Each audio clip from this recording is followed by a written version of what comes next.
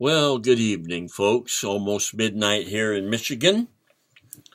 It's been a not a bad day here. It's sunshiny, and after our blizzard last night, wife went to go out the door, and the drift was clear up, almost waist high on against the door. There, weren't just kind of frozen there. But anyway, um, I hope your day has been a good one, as always.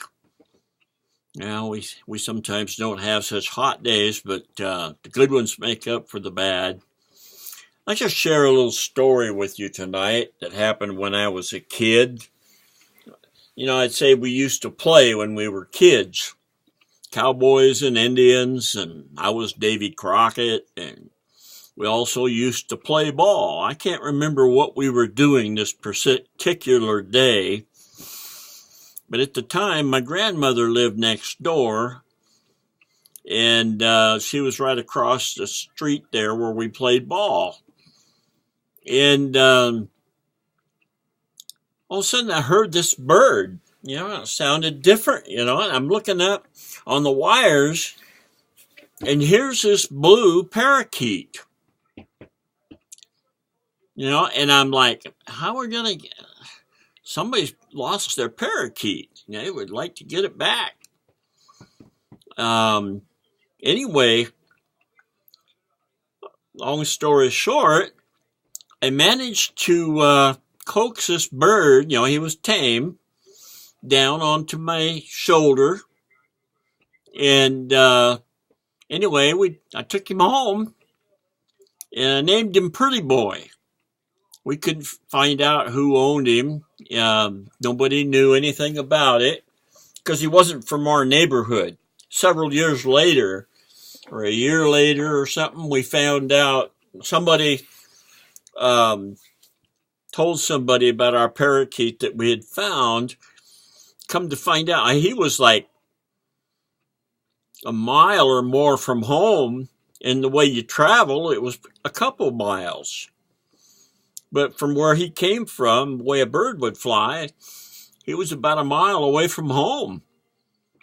Which, we didn't even have any idea who lived in that neighborhood. And, it was a whole different neighborhood. We lived on there was a Ronerville Road, and we lived on what they called a loop road.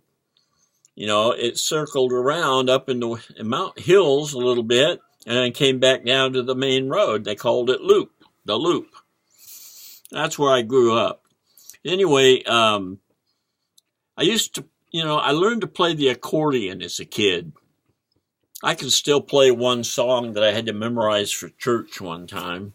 Me and a friend that were playing the accordion, we played it for church for special music one day, and so I memorized it. And that's the only song that I could play. These teeth, man, they're hard to talk with. Maybe if I wore them all the time, I have to put them in for this thing here. I keep them out most of the time and gum my food. They're basically ornaments. Anyway, that parakeet loved the accordion. When I would play the accordion, he would come and he would sit on my shoulder and sing to me, and he was just such a sweet little bird. I called him Pretty Boy. And we got real attached. And when we did find out a year or so later, the lady said, well, the kids already like him, and he's a bird, just let them keep him. So we got to keep Pretty Boy. But one day, Pretty Boy, we let him out of the cage now and then. Pretty Boy got outside. And he was clear up in the top of the redwood trees. We called and called and called, but he was enjoying his freedom, flying around outside again. And what are we going to do? All of a sudden, I got the bright idea. I went inside and I got my accordion. And he was a creature of habit.